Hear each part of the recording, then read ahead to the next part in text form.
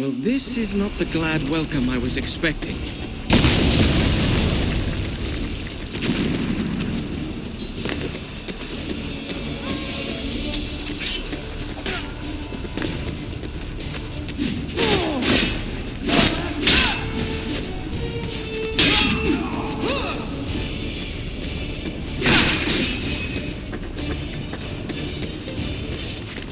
I have to find Malik.